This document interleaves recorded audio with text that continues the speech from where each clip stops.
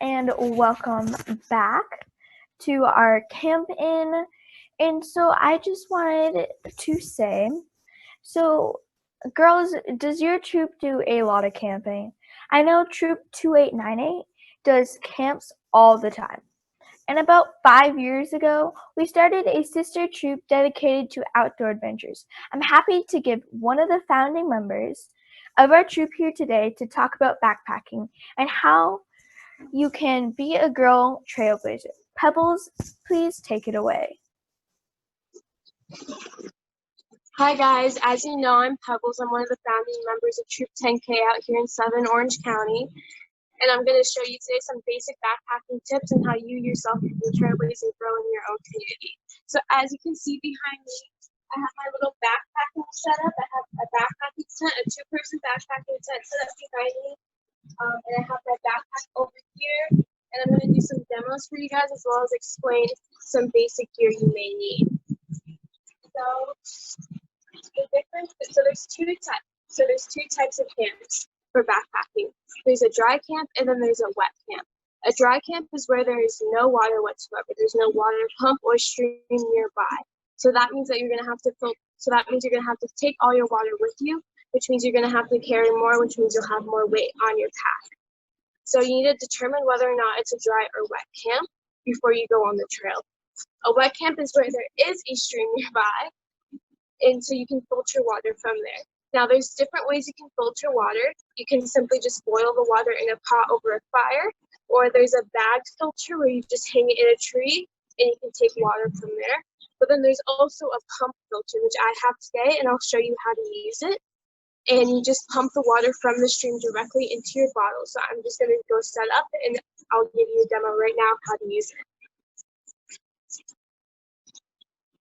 So here I have a basic Nalgene wide mouth water bottle, and this is the water bottle I'm going to use and fill up for the filtered water.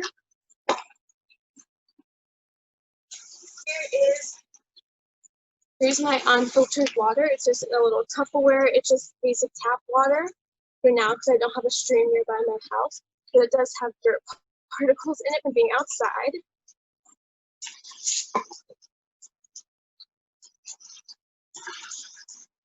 And then here is the water pump.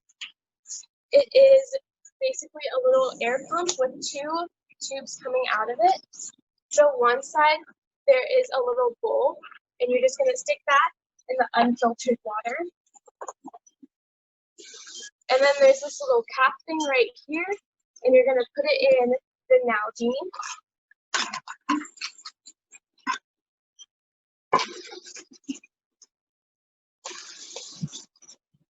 And then you're just going to take this little pump handle and just start pumping, and the water is going to go from the container or the stream and into your water bottle filter. So as you can see it, I have some water in here already. It is harder in a stream to pump into because there's a lot of water pressure, but it is fairly simple to do compared to boiling the water. So that is how you use a water pump filter.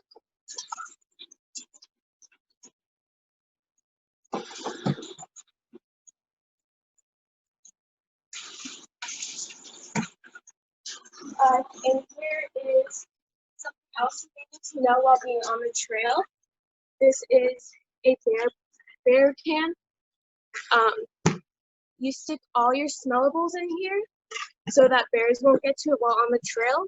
Not all sites have bears, so make sure you figure out if the site has bears or not before you start backpacking. So I'm just going to open it and show you what the smellables are in here.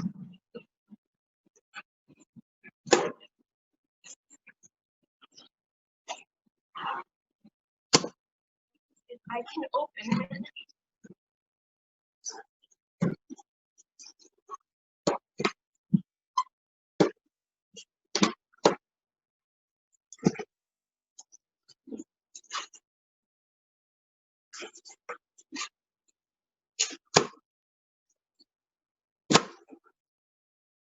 So it is locked, so I didn't mean to lock it when I packed it up. So that's why it was difficult to unscrew.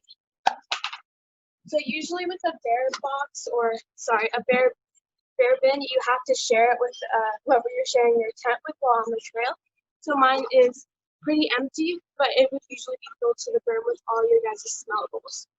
So a smellable is anything that has a smell, so food or any thing with smells. So here is my mess kit. I use it to eat, so it has to go in here. And then here is some leftover freeze-dried food from breakfast that I had to put in there for the night. And then here's my first aid kit. It does have smellables in it. I have my sunscreen in here, which is a smellable. And I have bug spray, which is also a smellable. So that is why my first aid kit is in there. And then you should also put your toothpaste and toothbrush in there, because your toothpaste is a smellable, which makes your toothbrush a smellable. And then also chapstick. Even if it's just regular chapstick, you still should put it in there because it does have a smell. And you should also put things like deodorant in there as well, because that is a smellable and it will attract the bears. There are different types of bear containers. There's also a bear bag, which you hang in trees and you put the same stuff in there. It's a little more difficult and more advanced to use. So I like using this because it's easier and you just hide it in the bushes.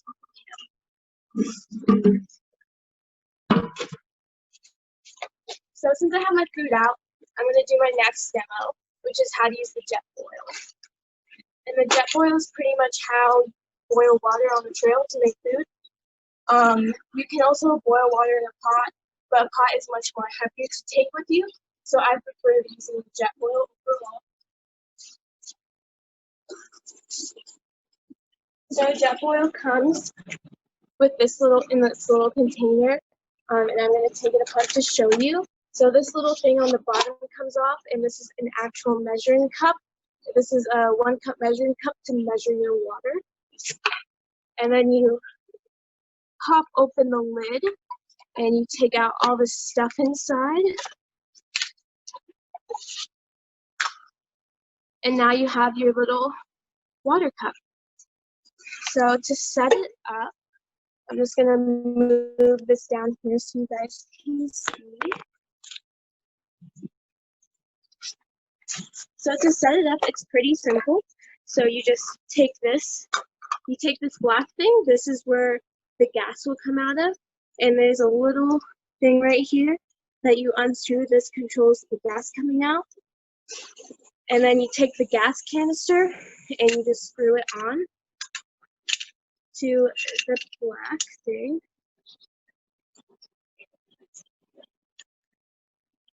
Like that. And then you take this little orange triangle and you unfold it, and it'll become a little stand. And for that, you attach the gas canister to it.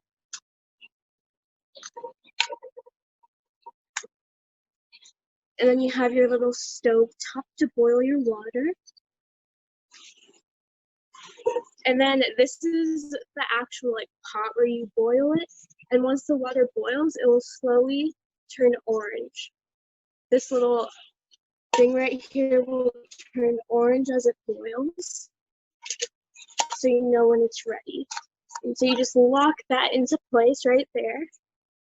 And I'm going to grab my filtered water that I just filtered with the water pump. And I will measure it out and start boiling it.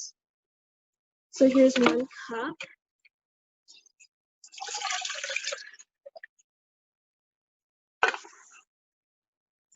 Let's see how much this actually needs. This needs 3/4 of a cup. So I'm good with my 1 cup. And then let's light it. So put the lid on top and then start the gas with the little knob on the side right here. And then there's another little switch on this side, a black switch. And you do that and it should start. And you can control the fire through this little knob right here. There we go. And now we just wait. This little thing will become orange as it boils. So usually for breakfast, I do not do Mountain House, which is the freeze-dried grain that I use. Instead, I usually do oatmeal. It's easier for me and faster, and it's lighter on the trail. For dinner, I usually do Mountain House. Not many people like freeze-dried food. I find it edible. It's fine. It's not the best, but it's food while being on the trail, so that's all that matters. So as you can see, if you can see, it is starting to become slightly orange, and that means that it's getting hotter and boiling. So let me show you the inside of this Mountain House food, because this is what you would eat on the tray, besides the usual like beef jerky, granola bars type of deal. So you just rip off the little tab. And then this is what it looks like inside. It's just like little cheese balls of eggs. It's pretty disgusting to look at. But first you gotta take out this like toxic little packet to keep that keeps it dry. And then you wait for the water to boil, which I believe, yep, it is done. You can see it all the way orange. Just go ahead and turn it off. And then to take it off, you put your hand through this handle on the side, and then you grab this black part because this black part isn't hot, and you unclip it. So, and then you move this to the side to cool off, and then you pour your water in.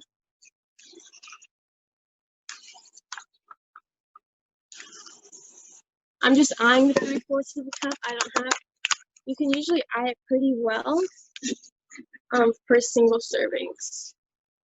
Because this is a single serving pack, but they do come in 2 servings and I believe 4 servings, if I'm not wrong. So this is what the water is kind of frothy.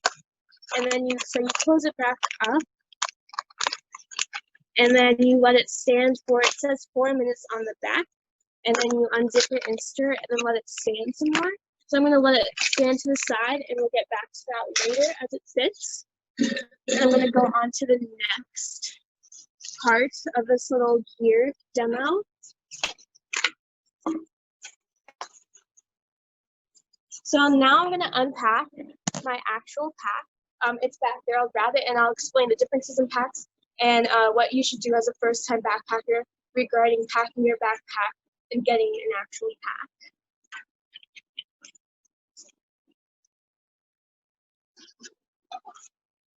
So this is my backpack. It is mine, so it's custom to my size and stature. It is a woman's backpack. There's a difference between the two. There's a men's and a woman's because we have different bodies, so they're made differently for us. So the only thing that adjusts on here, because it's made for me, is the straps to tighten around the hips and the ones to tighten around the chest and the arms. So as you can see, I have another bottle, a liter, attached to my pack. So I'm just going to clip that off. I usually have 2 liters attached to the back of my pack. This is usually my camp water. And then I have a bladder of water inside my pack, which I think is around another 2 liters, that I usually drink on the trail. So I'm just going to unclip my pack right now. Some of the stuff is already out that I've showed you, which is like the first aid kit and the bug spray and stuff. It's all very important, but I'm just going to show you some basic clothes and stuff you should take. So here's my hat. It's white brim. It's not very pretty, but it works, and it's sun protection, which is always good. You don't need to look pretty on the trail. And I'm just going to unclip my bag one more time. And right in this front pocket, I have my little day pack. The day pack is used for little side hikes that we do while we're at camp. So this little pouch unfurls into a little backpack for me to carry water and snacks in while we're doing mini hikes. And then also easy to reach in the front pocket is a rain jacket. You never know when it's going to rain, so always keep that close at hand. And then we also have the the rain covering for your actual backpack. My pack came with this, not all packs do, so you may have to purchase one separately when you get your pack. But if you are a first-time backpacker watching this and you want to start backpacking, I totally encourage you to. But just remember to not buy your pack right off the bat. Make sure you take a couple trips and you either rent a pack from REI or borrow one from a friend and see if you like it, because a pack is a lot of money. It is very expensive with all the gear. So just make sure that this is something you want to continue, and then you can go ahead and purchase your own pack.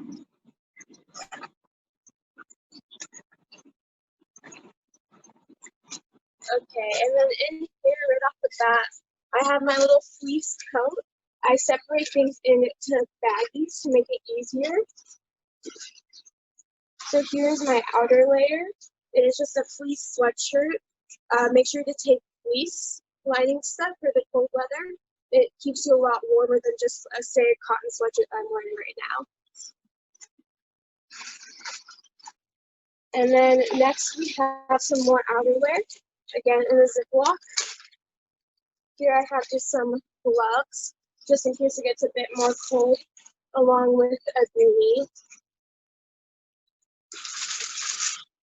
You'd be surprised in California how cold the nights get, even in the desert, so that's why you should bring fleece layers. Oh, and then right here, this little orange pouch is my sleeping pad. It's inflatable. This is a quick inflate, so you have to inflate it yourself. They do have self-inflating ones. But it comes with a little pack, and then it unfurls into a huge sleeping pad.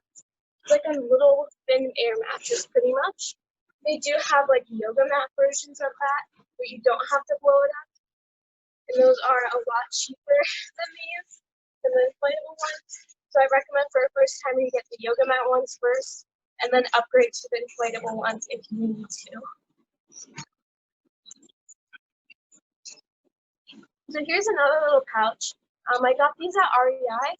They're really helpful to keep things separated. I put my day and night clothes in here. Sorry, my tent. Usually I put dirty clothes in here, but there's nothing dirty yet because I have yet to go backpacking. So I've just put clean clothes in here. So here's a long john t-shirt for nighttime. It keeps you warm, so you don't have to wear your fleece to bed.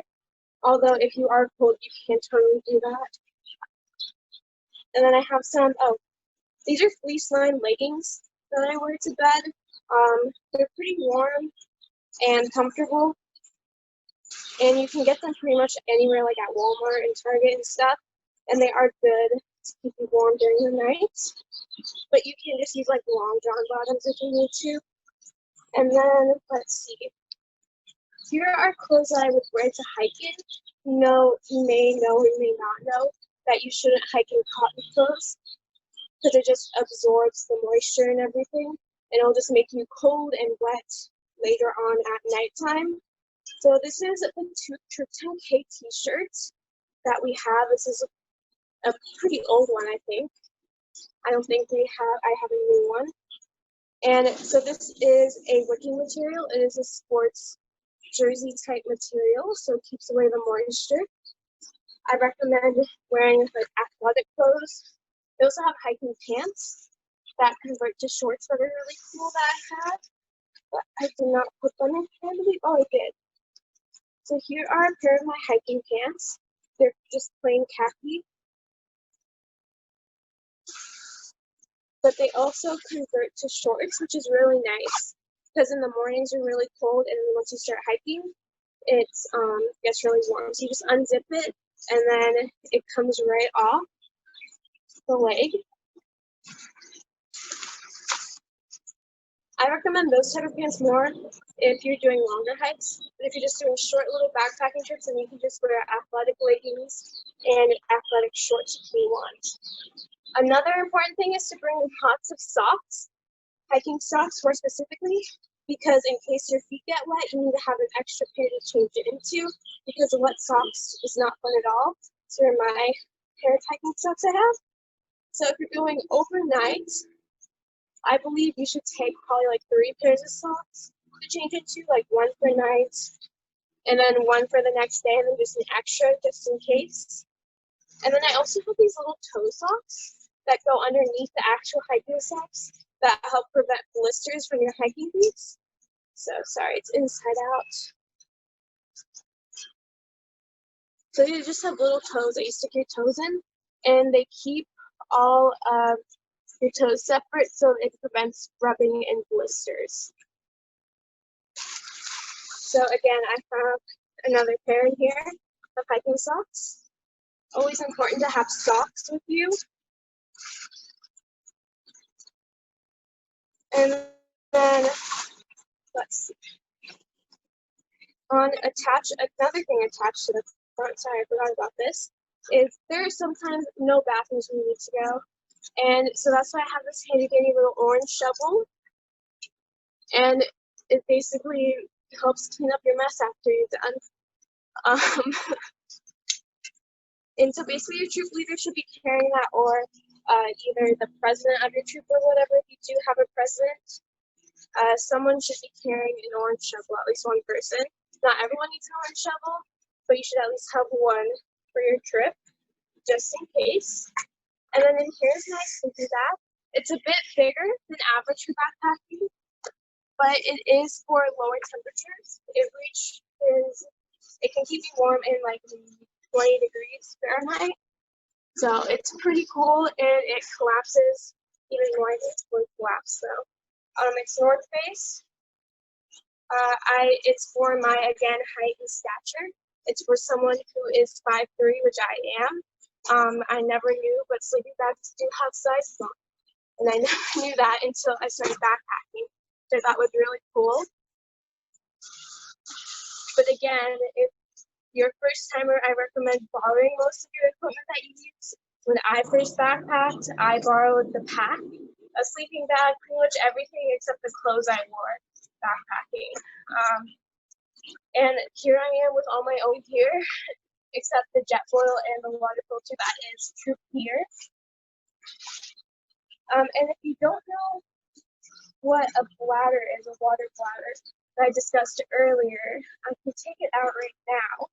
None of my bottles are filled, just because that'll make the pack 10 times heavier than it is. But here's my bladder. It's actually 3 liters instead of 2 like I thought. It's a kind of ugly green color, and then the straw just attaches to the front of my pack. It's pretty nifty when you're on the trail and you're thirsty, rather than grabbing one of these from your pack. I just find it easier and more comfortable. But you can do whatever you want. If you don't want a bladder, you don't have to have a bladder.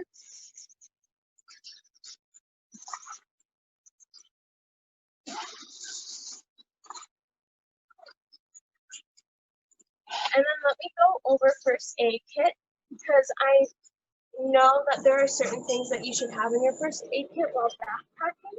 So this is where I keep all my like emergency stuff in this little bright yellow pouch. So in here, I need to update it, sorry, but this is what I took on my last trip.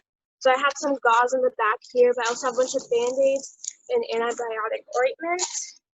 And then I also have blister relief kit, which helps a lot for if you get blisters while on the trail. Everyone should have one of these for themselves, but if you don't bring one, I'm sure someone can lend you one, but I recommend getting your own pack.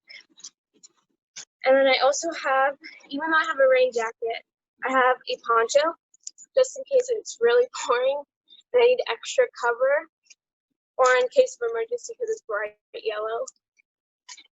And then I also have an emergency blanket, just in case myself or someone else that I'm with gets lost and hurt, and they need one of these.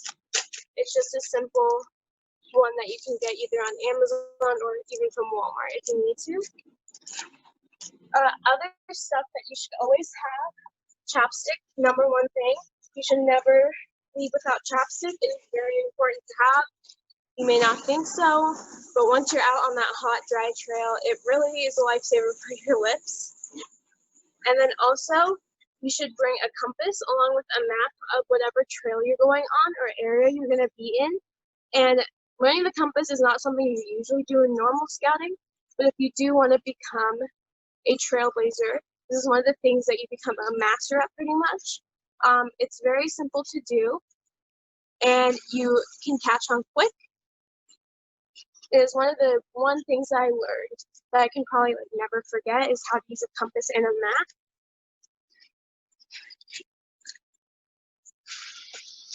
And then also you should have an emergency whistle. Mine's bright orange attached to a little string. And I have these two items in the front pouch of my pocket right here because it's easy to reach to just in case. And then inside the whistle, I have waterproof matches, not fireproof, that would be weird. I have a bunch of them in here. And basically it's for just in case you need a fire and you don't have any other matches. Waterproof is always the best because they're waterproof. So basically backpacking is really fun. I can go on and on about all the stuff you need and what each little item does. But I really hope that you guys all pursue trailblazing. I know it's not for everyone, but if you are interested, just try it out either with your family or some friends. It's given me a lot of good opportunities in the environment. It's made me learn a lot of things, and it's really opened up job opportunities for me. I never thought I'd be interested in the environment until I started backpacking, and now I'm thinking of becoming a ranger or an environmental teacher, stuff like that. It's really cool. It opens up a lot of opportunities. I mean, I went to New Mexico last summer to hike for 2 weeks, to backpack for 2 weeks, and that was the best experience I ever had. And I just hope from the bottom of my heart that you guys will try it out if you really want to. And if you don't like it, that is perfectly okay. Backpacking, hiking, camping, that's not for everyone. Not everyone enjoys that type of stuff. So, but if you do, please pursue it and continue to do it until you can't anymore. It is the best opportunity I've ever been given by joining Troop 10K. I was on the verge of quitting Girl Scouts when Troop 10K was formed. I just grew bored of Girl Scouts. I was bored of just earning patches for cooking and crafts. And then Troop 10K formed, and it really brought something that normal Girl Scouting hasn't brought for me in a really long time. And now I'm graduating high school and I want to continue on in Girl Scouts by becoming a leader. So it just opens up so many opportunities if you join or form a trailblazing troop. I just really love it, and so I hope you guys will try it out once. And that is all I have for Backpacking 101 for becoming a trailblazer. I did some demos and I went through some of my gear that I have, and I hope you guys enjoyed it a lot.